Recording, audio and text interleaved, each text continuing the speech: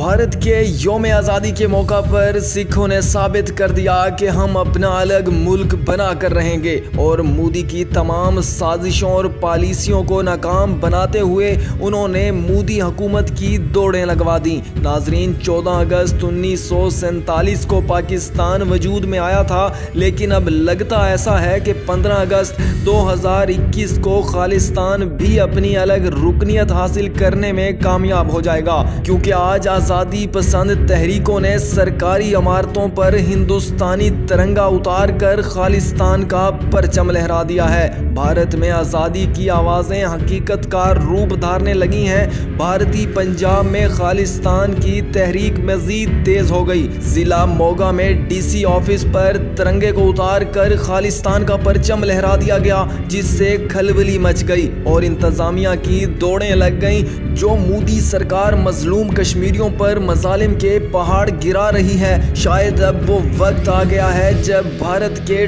टुकड़े टुकड़े होंगे। नाजरीन, निहत्ते कश्मीरियों का हक के खुद अरादियत दबाने वाले भारत का वजूद अब खतरे में है। भारतीय पंजाब में खालिस्तान की तहरीक जोर पकड़ने लगी है। पंजाब में भारत के यौम आज़ादी को यौम स्याह के तौर पर मनाया गया।